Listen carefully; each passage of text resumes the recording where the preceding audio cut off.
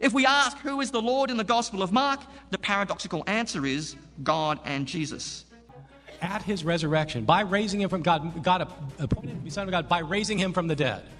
That certainly sounds like adoptionism, whether you have the words in power in there or not. Now, Michael says that it can't really be referring to somebody becoming the Son of God, because in the Greco-Roman world, if somebody was adopted by God, they did not become the Son. I'm not quite sure I understand the logic of that. If you're adopted by somebody, you become their son. That's what adoption is.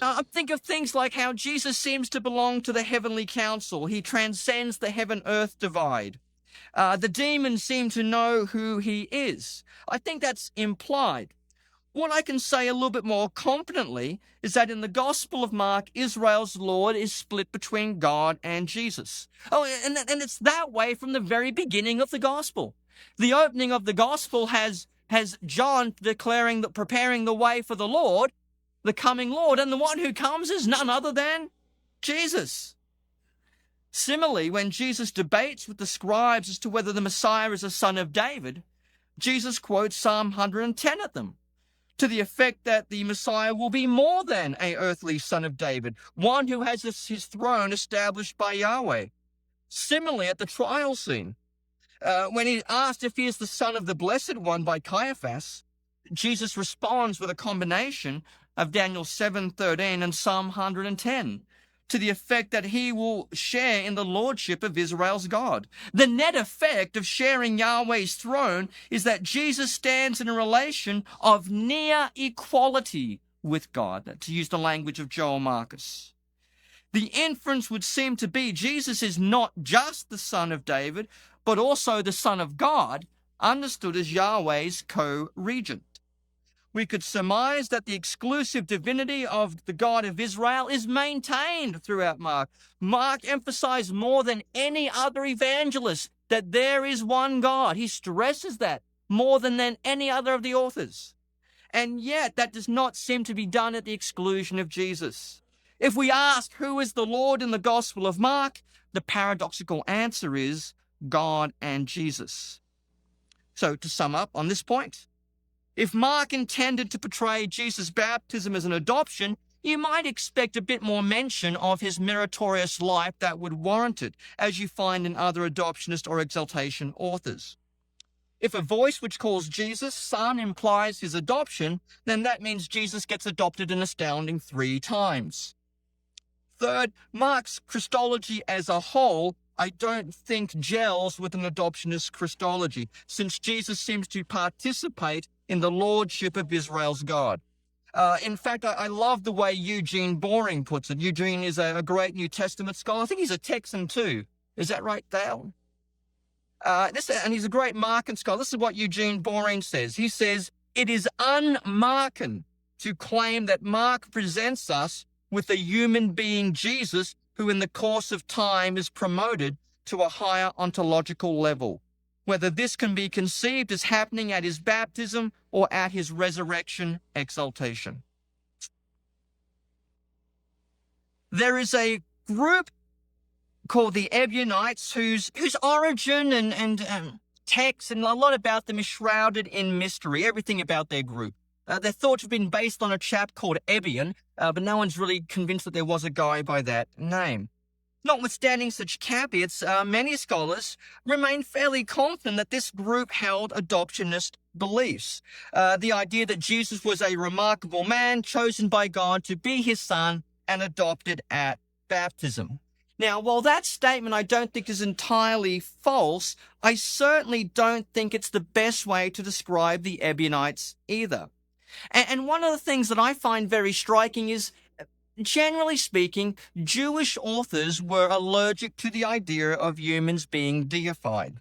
While Josephus and Philo were 2 Jewish authors immersed in the Hellenistic world who did their best to negotiate their way through it and affirm as much of Greek philosophy and Hellenistic culture as they could, both of them seem to have drawn a line at the idea of worshipping a deified figure. Josephus said that God has vetoed Israel from doing it. Philo said that deification was useful neither to God nor man. Also, adoption was generally not practiced in Judea and not normally used as a way of extending one's dynasty. If there's going to be an adoptionist Christology that's going to emerge, it's probably not going to be on Palestinian soil or in the Transjordan or amongst Jewish groups, but somewhere where deification is practiced and where adoption is also widely utilized as a way of extending one's family. I think it's more likely to be in Rome than in Palestine. And the other thing we can note, if you go through all the comments of patristic authors, they say some odd things about the Ebionites, but some of them point out that the Ebionites did not think Jesus was the Son of God in any sense.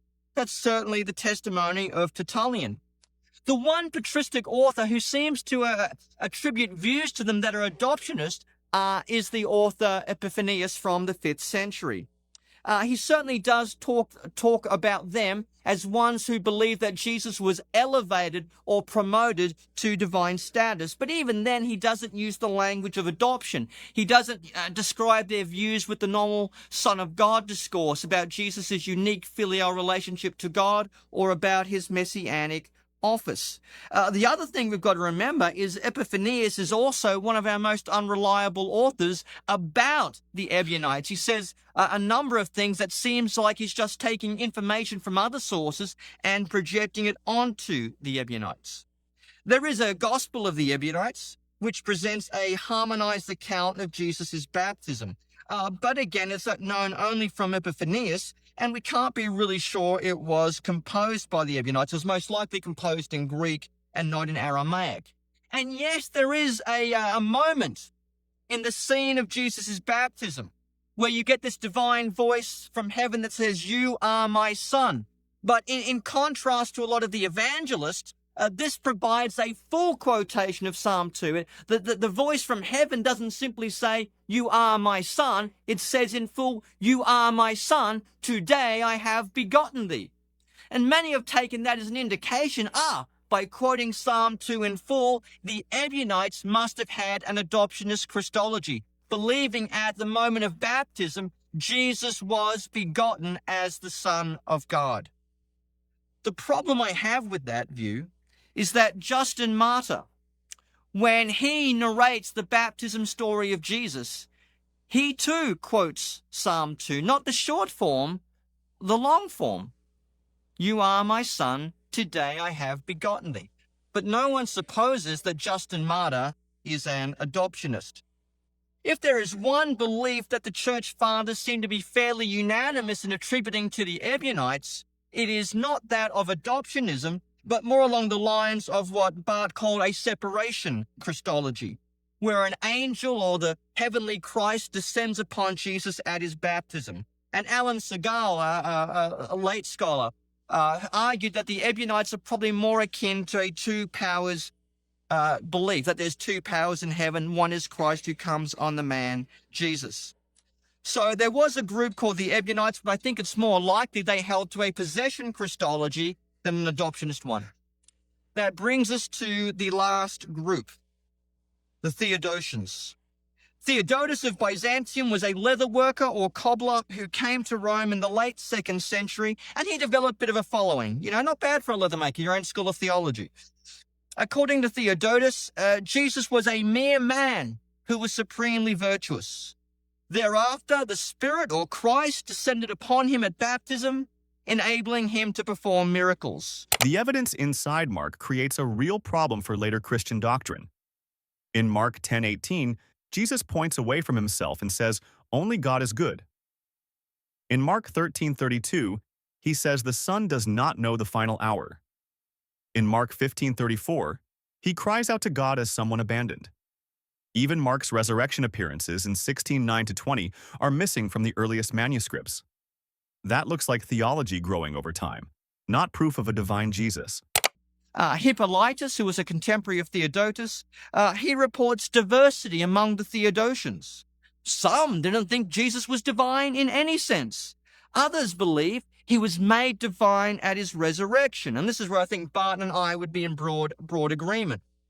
Going on the sources we have here, even Theodotus cannot be properly called an adoptionist. Theodotus believed that Jesus was a mere man who received Christ or the Spirit at his baptism, and according to our earlier sources, he never claimed that Jesus was divine or became divine in any sense. He saw Jesus exclusively as a Spirit-empowered prophet and nothing more, as we know. But among the Theodosians, there were other views, a mixture of beliefs about Jesus as a mere man, a separation Christology, some real strange cray-cray speculations about Melchizedek as well. It was one group of the Theodosians who believed that Jesus was deified after his resurrection. Those, I submit, are the first clear, authentic, full Monty, bona fide adoptionists as far as the evidence goes. And that settles when Jesus was first adopted. Coming towards a conclusion. I do not think adoptionism is expressed in the text like Romans 1, 3-4. Not in the baptismal scene of the Gospel of Mark, not really among the Ebionites, or there may be some loose connotations of it, but it wasn't their main show. Not by Theodotus, and it's really by one chapter of the Theodosians that we get this adoptionist Christology. What that means is the first and earliest Christology was not adoptionistic, as far as these sources tell us. Now, when I discuss ancient heresies or minor Christological beliefs with my students, I often tell them that sometimes the road less traveled is less traveled for a good reason. There might be some theological reasons why adoptionism was rejected as an inadequate account of Jesus. Because besides the matter of perhaps the general incongruity with the witness of the New Testament as a whole, there's a theological reason why adoptionism rejected. That is because adoptionism inevitably includes the belief that one can be self-justified before God. And it's at odds with the gospel of grace as the early church knew it. Justo Gonzalez argues that modern adoptionism denies the embodiment and the efficacy of grace in Jesus Christ, in favor of the view that Jesus merited divine favor by his good works. Jesus becomes the paragon, the example of the good man who's rewarded with divine honors. Viewed this way, adoptionism becomes the counterpart to the American myth that everybody can make it on the back of their own steam, on the sweat of their own hard labor. Everyone has a chance to get to the top. But Gonzalez writes, and he has in mind here largely the Hispanic church, he says, Jesus Christ must be more than first among the redeemed, more than local boy who makes good. He must also be the Redeemer, the power from outside who breaks into our closed reality and breaks its structures of oppression. He must be more than the adopted Son of God. He must be God adopting us as sons and daughters. And there, my good friends, endeth the lesson. Thank you very much.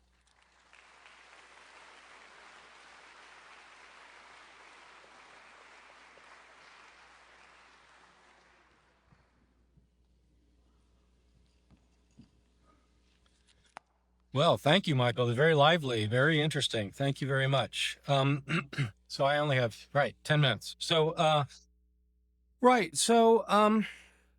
I think that was a very learned presentation. And I think Michael has ratcheted up the discussion to a higher scholarly level. I'm not sure how much I wanted to take him on a point by point because I only have 9 minutes and 30 seconds, and interpretations of these passages are rather complicated. His overall point is that the earliest Christians were not adoptionists. You don't have that until the Theodosians in the 2nd century. I fundamentally disagree with him on that. It's an unusual view that he sketched. I've never heard anybody maintain that before, but it's, it needs to be taken seriously. I think it overlooks key evidence.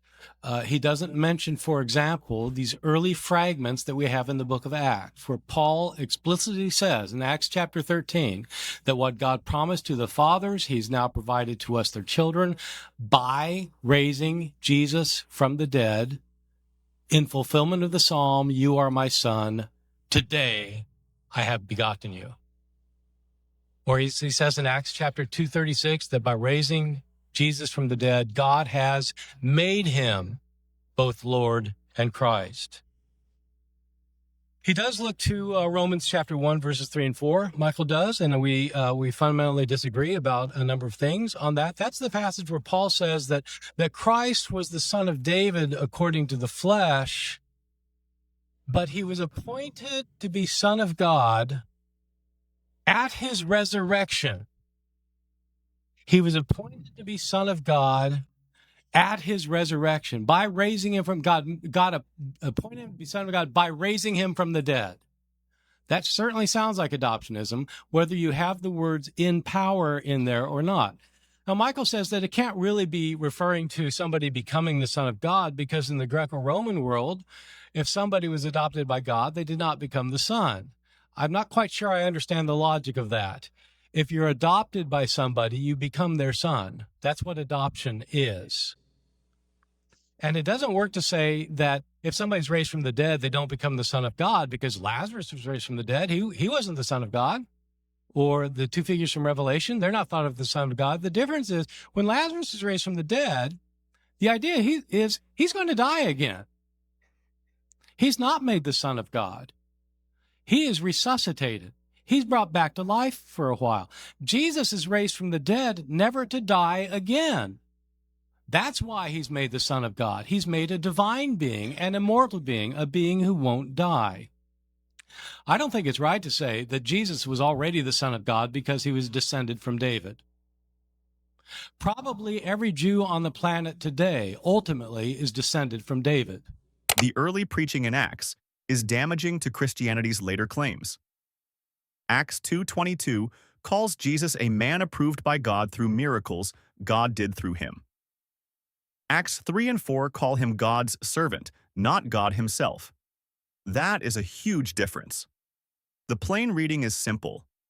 God acts, Jesus receives. The bigger divine language grows later, especially in John, where Jesus becomes the pre-existent word. That looks like religious development, not historical fact. Just look at how genealogies work. And so Jesus was not the only human being on the earth who was descended from David. So does he want to say that everybody is the son of God? That would be fine with me, but I don't think that's really what he wants to argue. Paul makes a point that in terms of his earthly life, Jesus was the son of David, the Messiah. But in terms of his heavenly life, he became the son of God at the resurrection. Romans chapter 1, 3, and 4, just read it for yourself. What about Mark chapter 1, verse 11? So this is where the voice of the baptism says, "You are my son, in whom I am well pleased." And Michael wants to say this can't be God adopting Jesus to be the son, because then he's adopted 3 times in Mark's gospel, at the baptism, at the transfiguration, and at the crucifixion.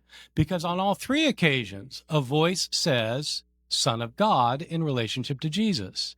It's an interesting point, but I think it overlooks something very, very important, which is at the baptism, the voice speaks in the second person to Jesus in Mark's gospel.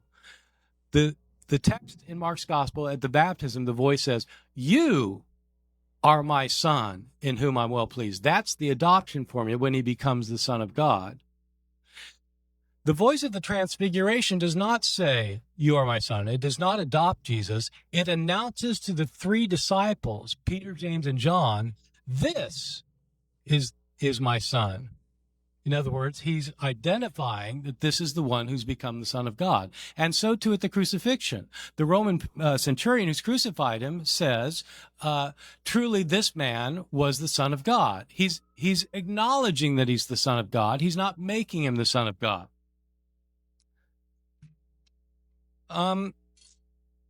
It's a little unusual to argue that the Ebionites were not adoptionists. It doesn't matter for my case at all whether they were or not.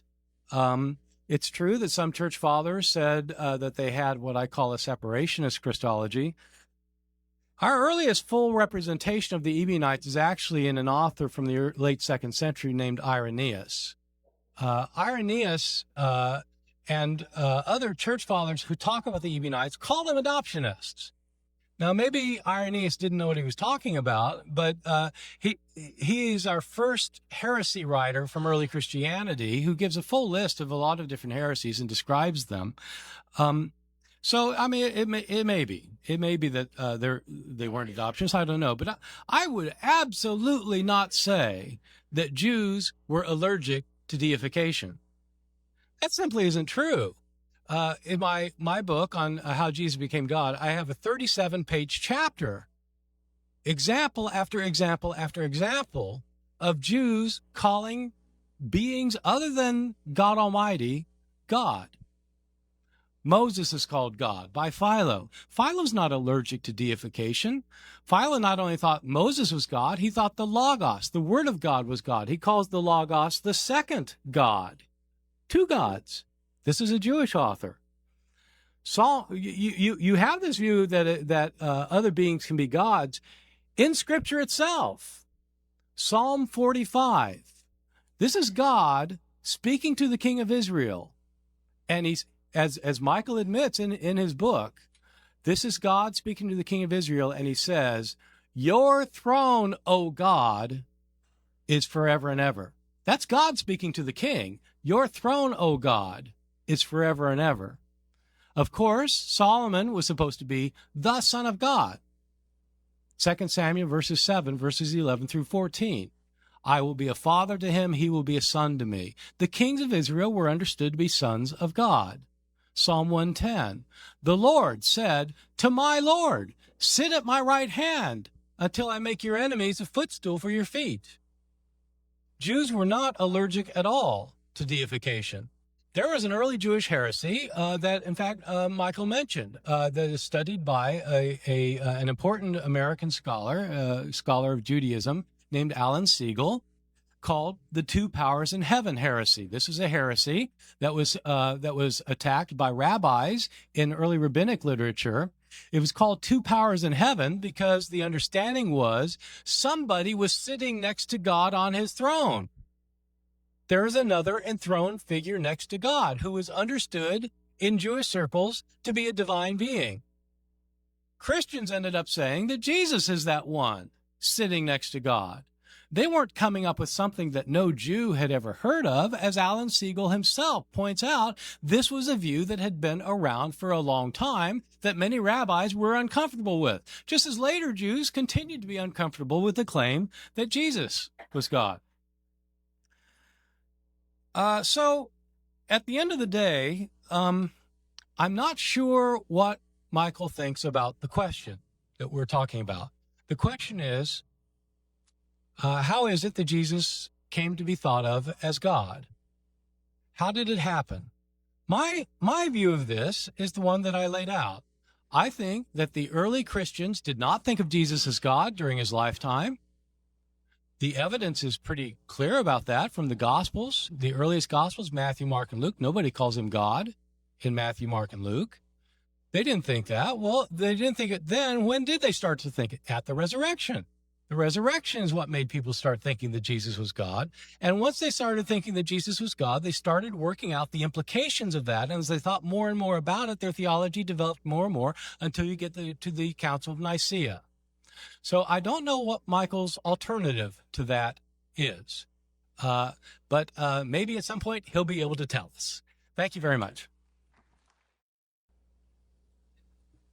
So, Dr. Ehrman, thank you very much for excellent presentation and response to Dr. Bird.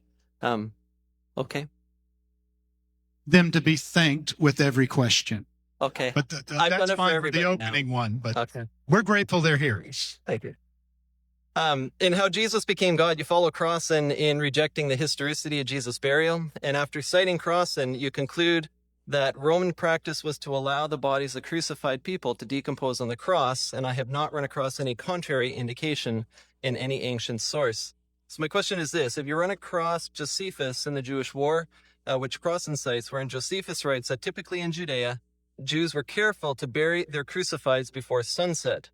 Furthermore, are you aware that in the chapter of his work that you cite, Crossan notes the first century skeleton of a clearly crucified man? If you were aware of that ancient evidence, why do you state that you have not run across any contrary indication? If you were not aware of that evidence, how would you now account for it? Could you turn this? Thank you. Yeah, it's a good question. So let me explain. Let me explain what's going on in my book. When I earlier said that, is there a timer? Yeah. When I earlier said that the empty tomb would not lead anybody to faith, what I didn't say is that I don't think there is an empty tomb. It's a rather long, complicated argument that I'm not going to be able to do in 1 minute and 33 seconds. But the reality is that every Roman and Greek source that talks about crucifixion, that mentions the fact, says that the bodies were left on the cross. They were left on the cross in order to allow the body to decompose, because that was part of the punishment. If you think that you can cross the power of Rome, this is what will happen to you. You'll be tortured to death, and you'll be left on the cross to rot. And that's what Romans did. And so I am familiar with all of the passages in Josephus and in other texts. When I said that there's no contrary evidence, I was saying that in Greek and Roman sources, there's absolutely no evidence to the contrary. Josephus gives 2 instances of people coming off a cross, but neither in those 2 instances, the people were not dead. Religious titles are weak evidence. The Bible already calls other beings gods and sons of the Most High in Psalm 82. And Jesus even uses that passage to defend his own language in John 10. Rome also called Augustus son of a god, and good news language was used for Augustus before Christianity. Christianity took familiar religious and political titles and attached them to Jesus. That shows belief evolving, not heaven speaking. Romans did not care about Jewish law in Palestine or anywhere else. They were Romans. They didn't follow Jewish law. In Jewish law, if Jews had crucified people, they'd have to take them off the cross. If you want to see my fuller explanation, I actually deal with this passage of Josephus. Go to my blog, because I give about a 2-week answer to these questions as they were raised by Craig Evans. I'm out of time. Next question. Dr. Ehrman, I've heard you say before that we can't reliably say that the apostles have died for their faith, like historically. Is that because there's no documentation, or the documentation was from a later date, or because it was based on tradition? And does that apply to Peter or Paul? Thank you. So the question is, do we know how people died? The reason I've made this comment before is all of you have probably heard that the disciples would not lie about the resurrection because all of them were martyred for believing in the resurrection. That is commonly stated. And my view is we don't know how the disciples died. We don't know. How would we know? You think, well, there must be records, right? Wrong. So if you read through the book of Acts, which is about the apostles, most of the apostles have no role at all to play. There are a couple of martyrdoms. James is killed. Stephen is killed. Stephen, of course, wasn't one of the 12. Well, how are the others killed? We don't know. We don't start getting texts that talk about the death of the disciples until the late 2nd century. These texts are recognized by everybody as being legendary. If somebody says to you that the apostles all died for their faith in the resurrection, ask them what their source of information is, because they don't have a source of information. They say that because that's what they heard. And if you ask the person they heard it from what their source of information is, they won't have a source of information. We do have later accounts. We have accounts of Peter and Paul being martyred. we don't have actual stories of them being martyred until the late 2nd century. We do have a reference to Peter and Paul being killed, probably in Rome, in the book of 1 Clement from the year 96 or so CE. But he doesn't tell us why they were martyred. Clearly, they believed in the resurrection, and clearly they got martyred. So I assume it has something to do with that. The other disciples we simply don't know about because we have no records. Dr. Ehrman, is it correct to say that you believe Jesus' self-claims of divinity in the Gospel of John are merely late and false inventions? And if so, are there any passages in the Gospels you consider to be factual? And what criteria do you use in deciding what is factual and what isn't? Good, thank you. In the Gospel of John, Jesus repeatedly makes divine claims for himself, claims found only in the Gospel of John. Jesus says, before Abraham was, I am, claiming the name of God for himself. When he says, and the Jews know what he's saying because they take up stones to stone him to death. Later, John, that's John 8:58. John 10:30, I and the Father are one. Once more, the Jews break out the stones. So Jesus tells his disciples that if you have seen me, you have seen the Father. So Jesus is claiming to be a divine being in the Gospel of John. There is no doubt about that. So the question is, do I think that those are late and legendary? And the answer is yes. I don't think that the historical Jesus went around saying, I'm God, as Michael himself pointed out earlier. That's not what Jesus went around saying, that I'm God. The Gospel of John is portraying Jesus as a divine being, and he's having Jesus call himself a divine being. But that doesn't mean that historically that actually happened. Here's my view of it. If Jesus went around calling himself God, the way John portrays, that would be the most important thing to know about him. Wouldn't it? I mean, what would be more important to know? That this man is calling himself God. That would be fundamentally important. If that's the case, why did Matthew, Mark, and Luke neglect to mention it? They just forgot to bring up that part? That he's calling himself God?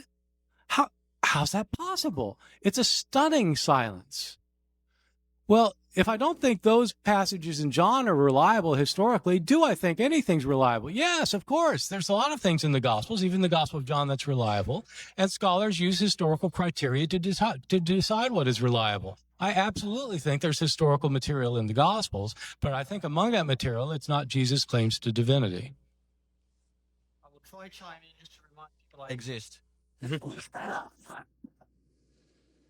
I think the Gospel of John is a mixture of memory, midrash, and mysticism. That sounds a bit complex. I think there is a historical tradition in John, but it's been pushed through a very thick interpretive layer. So what we get in the Gospel of John, even on the lips of Jesus, is not just the words of Jesus, not just the voice of Jesus, but sometimes the impression that Jesus made on his earliest followers that are incorporated into the narrative. So I think there is a historical tradition in John. There are some who say that John is historically worthless. I wouldn't go that far. But John is different to the synoptics. The way I describe the Gospel of John, imagine you've got, it's like going from New York peak hour traffic to Mardi Gras traffic. Okay, it's just very, very different what is going on.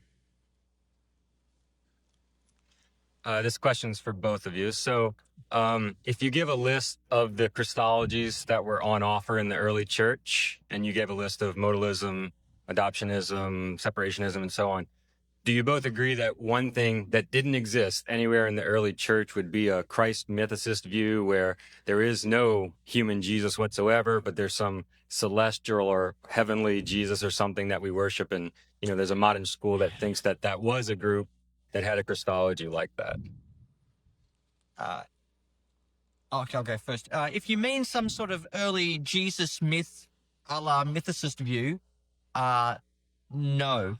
When you get into some of the Gnostic and esoteric literature, you do find something kind of like Jesus as being a cosmic aeon or something that's taken on some sort of human form of such, but maybe not in the precise sense in which you're looking for.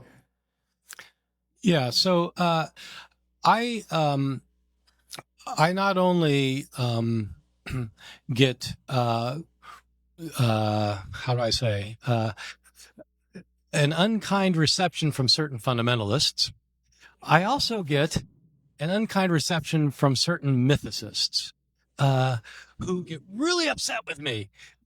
Atheists and agnostics who otherwise think they should like me don't like me at all. And it's because I think Jesus existed. Right. So, Can I add on that? Can I add on that? Yeah. Okay.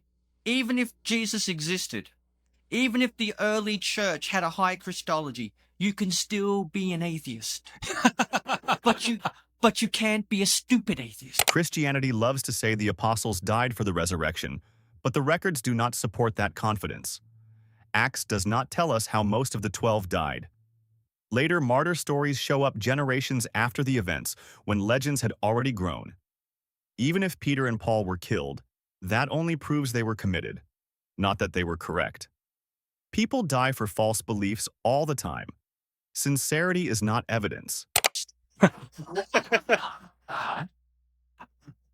It's going to be all right. Yeah. I want to give you pastoral assurance. Right.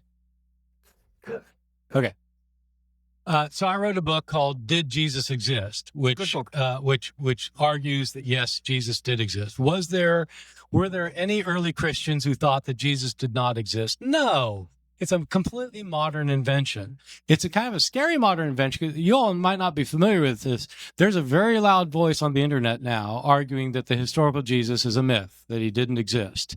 And I think it's an awful view. I do think it's a stupid view. But there are people who subscribe to it. All right. You said that Jews had no problem with deifying people, referring to them as being, at the side of God and so forth. But in Mark 14:61 through 64, you have the high priest asking him, "Are you the Christ, the Son of the Blessed?" And he says, "I am, and you will see the Son of Man seated at the right hand of power and coming with the clouds of heaven." Now, at no point does Christ say, "I am God," obviously, as you said earlier. But yet they all then immediately said, "We don't need any more proof. He's just blasphemed. We should kill him." So if the Jews were to the point of wanting to kill Jesus for saying something like that, how are you saying also that they had no problem with people being deified otherwise? Yeah, thank you.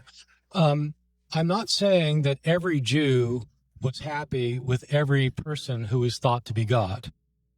In Mark's gospel, the understanding is that the Caiaphas and the Jewish council is upset that Jesus is apparently making some kind of divine claim for himself. So that doesn't mean that they excluded everybody from making a divine claim for himself. This is talking about Jesus here. Moreover, Caiaphas and the council are not representative of all Jews. There is no question that Jews thought that human beings could become divine. Enoch is worshipped as a divine being. Enoch is worshipped as a divine being in the book of 1 Enoch. Philo calls Moses God. There are other instances of this in Jewish story. As I said, I've got 37 pages to book, and I'm just scratching the surface. Yeah. So it's absolutely right that the council is upset with Jesus because they think he's making a divine claim, but that doesn't mean that Jews were always afraid of deifying a human being. I'll just add on that quickly. There's no question that there was a belief that certain figures like Enoch had been elevated to a certain status, had been assumed into heaven. The main issue, they didn't want that to transgress the orbit of Yahweh's authority or receive the worship, the monolatry, the worship that was exclusively meant to belong to the one God. My favorite story of Jews being allergic to divine or worship a human being is that the Jews in Pella tore down images of Caligula. And that was the event that led Caligula to try put a statue of himself in the Holy of Holies. If the Jews don't want to worship my image, then I'll stick my image in their very temple. That to me shows a real steep allergy to the worship of human figures. May not be shared by everyone in the same intensity, but I think there is a slightly more crisper line going on there. My question for Dr. Bird. Dr. Ehrman brought up Acts 13. I think it's 32 through 34, somewhere around there a couple of times. And I assume you don't have an adoptionist interpretation of that passage. So in 2 minutes, could you give us the non-adoptionist interpretation of that? Yeah, I'll say, in hindsight, I probably should said something about those texts. In Acts 2, it never mentions Jesus becoming a son, so it's not an adoptionist. If you're not made a son, you can't get adopted. Yes, it does have an exaltation, that the man, Jesus, is elevated to this great status, but that does not mean that's the only thing they believed. It doesn't mean that it cannot be married to pre-existence or something else. The other thing in Acts 2, if you read the wider context, yes, there's things like pre-existence going on. All sorts of things are being said about Jesus. And in fact, the main emphasis is not the status reversal of Jesus, but rather it's the epistemology. It's that Israel needs to know that the man whom they crucified, God has made Lord and Messiah. In other words, the main point is God has reversed the verdict that the Judean leaders made about Jesus. Now, when you get to Acts 13, yes, you have this same issue of Jesus' change in status from human Messiah, who is a son of God, into this divine status, but a full-length citation of Psalm 2 does not an adoption make. Because you can find similar language in Justin Martyr and elsewhere where it's not used in an adoptionist fashion. Yeah, I think the key is the wording in that Acts 13 passage. Paul says that the promises were fulfilled. God fulfilled the promises by raising him from the dead. You are my son. Today I have begotten you. So it is the point in that speech where he becomes the son of God. Whether you want to call that adoptionism or not doesn't really matter to me. If you want to call it like Michael as an exaltation, that's fine. If a being is exalted, that means they're raised to a higher level. They can't be already at that high level prior to their exaltation. Otherwise, they're not being exalted. And so that's how I understand the earliest Christology, is that Jesus was put to a higher level. I'm not saying that that's a right Christology. I'm not saying it's a Christology people ought to believe. I'm saying that was the original understanding of the Christians that later developed into other Christological views. Hi, my question actually segues off of his. One of the words that keeps coming up is a begotten, especially in that passage. Begotten. The phrase begotten. So I was wondering about adoption in Judaism and the terminology begotten. Is there any precedence in any other texts or any other sources that we see specifically begotten in the other language tied to adoption within the Jewish tradition? Not in the Jewish tradition, but in the Greco-Roman tradition, the first person to talk about the gods being begotten and immutable is Plutarch.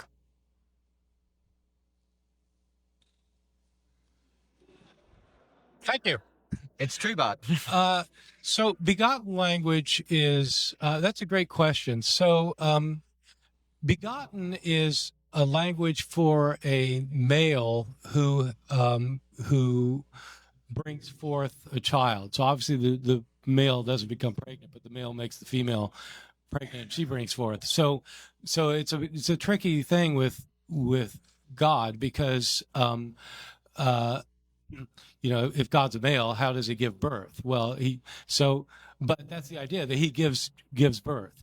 So there are lots of, were you asking the Jewish tradition specifically? Accepting that Jesus existed does not rescue Christianity.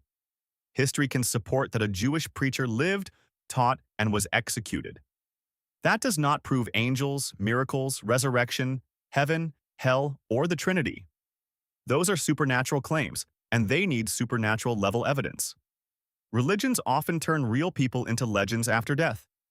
Julius Caesar, Augustus, and other ancient rulers were treated as divine too. A historical person can still become a myth-covered figure. Yeah. Well, yes, in the Jewish tradition, because the earlier synoptic gospels would have been set mainly in a Jewish tradition. What I would argue is that the synoptic gospels are influenced not only by Jewish traditions, but also by Greek and Roman traditions. I mean, the gospels are written in Greek, for example. You know, they're not written in Aramaic, the language of Palestine. They're written in Greek. And in Greek and Roman circles, there was a very common idea that a god could bring forth a divine human. And so in Greek and Roman mythology, for example, sometimes a god will make a woman pregnant and the child will be both human and divine. That's where Hercules comes from. Hercules is a divine man because Jupiter gets the woman pregnant and her child then is the son. And so you think, well, yeah, you wouldn't find that in Jewish circles. Yeah, except you do. In Genesis chapter 6, for example, where the sons of God looked upon the daughters of men and saw that they were beautiful, they came down and cohabited with them, and their offspring were these giants who were roaming the earth. This is borrowing into that view that you have, here you have heavenly beings who make earthly beings pregnant. And so you don't have anything quite like the begotten language in the first century that I know about, but it certainly stands in both the Greek and Roman and Jewish traditions at some point. Michael Papard's got a very good discussion of begotten language in the early church in his book, The Son of God in the Roman World. I recommend you read that. Yes, Dr. Ehrman, a question. Do you believe that Jesus is perfect God, perfect man, all the way God, all the way man, the hypostatic union of Christ? Do you believe that he died for all your sins on the cross and all of our sins? It was efficacious. It paid for our sins, made us just. And then that he rose from the dead to win for each and every one of us that precious free gift of everlasting resurrection life. He took care of our death problem with that. He took care of our sin problem when he died on the cross. His blood washed away. Do you believe that? And if you don't believe all that, what? Maybe you believe some of it. Elaborate, please. Thank you. No, I don't believe any of it. I did. I was, when I was in high school, when I was a 15-year-old, I accepted Christ as my Lord and Savior and committed my life to him. After high school, I went to Moody Bible Institute, which was at the time, was a bastion of fundamentalist Christianity. And I was very rigorously involved with my faith. Wanted to devote my life to Christ and his kingdom, and was completely committed to the Bible as the inerrant revelation of God. Had a personal relationship with Jesus as my Lord and Savior, and was like that for years. As I studied the Bible more, I began to realize, reading it in the original Greek and in the original Hebrew, that, in fact, it simply wasn't an inerrant revelation. I wanted to believe it was, but I started finding discrepancies. I found out how people resolve these discrepancies. I got to a point where I just realized some of these cannot be reconciled. This is just a contradiction. And I had to decide, am I going to go where I think the truth is leading me, or am I going to stay where I feel more comfortable? And I decided that I really had to go where I thought the truth was leading me. I ended up becoming a liberal Christian. I was still a faithful Christian. I was a pastor of a Baptist church for a year. I was still actively involved in ministry. Eventually, the reason I left Christianity altogether is unrelated to my scholarship. It's because I simply no longer could believe that there was a God who is active in a world where there's just so much pain, misery, and suffering, where an innocent child starves to death every 5 seconds. I realized I just don't believe it anymore. And so I became an agnostic about 20 years ago. So no, I don't believe any of that. I became a Christian about 20 years ago. I don't know if I'd quite put it in the way the gentleman put it. But I grew up in a very non-Christian background. Growing up, everything I knew about Christianity, I learned from Ned Flanders. Ned Flanders was the only pastor I ever knew. And I thought all Christians were just moralizing geriatrics. And then I actually met some, and they introduced me to the good news of Jesus. And I just prayed one night to receive Christ, and that was the moment I left the matrix. I could go on to talk about things, but people ask me not often why I became a Christian, but I like to tell them why I'm still a Christian. And this for one simple reason. I believe in the utter worshipability of Jesus. That's all I have to say on that. So we are going to have one more question. But there will be more Q&A tomorrow. And we'll have a panel discussion with all 6 of our speakers. And so I'd really encourage you to come back, and I will put you people in the front of the line if you'll come back tomorrow for the Q&A session. Okay. So, but I'm not shaming you into coming back. Okay, this final question. Yeah. My question is about the charge of blasphemy in Mark, in particular in Mark 14. And it's for Dr. Ehrman, but I'd like to hear what both of you think. So I thought I heard you saying that Jesus doesn't claim to be divine in the earlier Gospels, in particular in the Gospel of Mark. And yet we were just looking at the account of the trial before Caiaphas, where Caiaphas asked him, "Are you the Christ, the Son of the Blessed?" He says, "I am, and you'll see the Son of Man, see the right hand of power and come in the clouds of glory." And then they charge him with blasphemy. He's quoting there Psalm 110 and Daniel 7. So my question is, I just want to be clear. Is Jesus claiming to be divine there? If he's not, then why do they charge him with blasphemy in the context of a question about his identity? Yeah. And second, why does he quote Psalm 110 in Mark? I'm sorry. Well, this is part of the same question because it ties into preexistence. In Mark 12 and Mark 14, he quotes Psalm 110, which is the one psalm in the Old Testament that says, "Before the day star, I have begotten you." So isn't implicit preexistence there? So 2 questions in one, I hope. Sorry. My main question is he making a divine claim there? And if not, why the blasphemy charge? Is that? Well, no, it's a complicated question, and it really would take, for a detailed exegesis, it'd obviously take a very long time to do. I think it's one of the more confusing passages in the Gospel of Mark, because technically speaking, Jesus does not commit a blasphemy. The chief priest asked him, "Are you the Messiah, the Son of the Blessed?" And Jesus says, "I am." Now, that's not a blasphemy. He's saying, yes, I am the Messiah. There's no blasphemy claiming to be the Messiah. Messiah is just the future king of Israel. And so that's not a blasphemy. And then he says, "You will see the Son of Man coming on the clouds of heaven." So that's not a blasphemy. That's just referring to Daniel, that you're going to see what Daniel predicted in Daniel chapter 7, verses 13 and 14. But then they cry out, blasphemy. So what's the blasphemy? So there are a number of theories about this. One theory that I don't accept is that when Jesus says, "I am," he's claiming the divine name for himself. I don't think so, because the word "I am" simply means yes. Are you the Messiah? Yes. I am the Messiah. It's not claiming the divine name. It's just how you say yes. So then if that's not the blasphemy, what is the blasphemy? I think you have to understand that for Mark himself, the author of this gospel, Jesus is the Son of Man. Jesus is coming back in glory. Jesus has been exalted to the right hand of God, and he's coming back as the judge of the earth. It's not that some anonymous Son of Man is coming. Jesus is coming. Mark thinks that's what Jesus is. So when Jesus says, "You will see the Son of Man," Mark requires you to think Jesus is the Son of Man. The high priest knows that he thinks that, and so the high priest thinks he's claiming to be the Son of Man, and so he calls out blasphemy. So is it a divine claim? Well, yeah, kind of. It is. Yeah, kind of. But it's not like Jesus saying, "I and the Father are one." Sorry, I'm out of time. Pardon me? Yes, of course it's the invention of Mark. It's the invention of Mark. Yeah. Yeah, it's not this. Look, we don't know. There's no way we know what happened at the trial of Jesus before Caiaphas. This is Mark's account. So I'm talking about the historical Jesus. We don't know what happened at the trial before Caiaphas. How would we know that? Jesus would have known. I'm stopping now.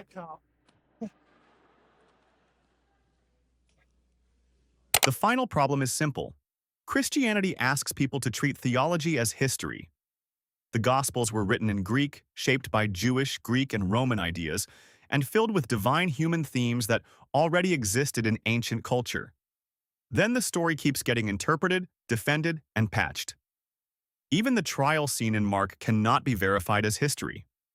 At some point, faith stops looking like truth and starts looking like a system built to protect itself.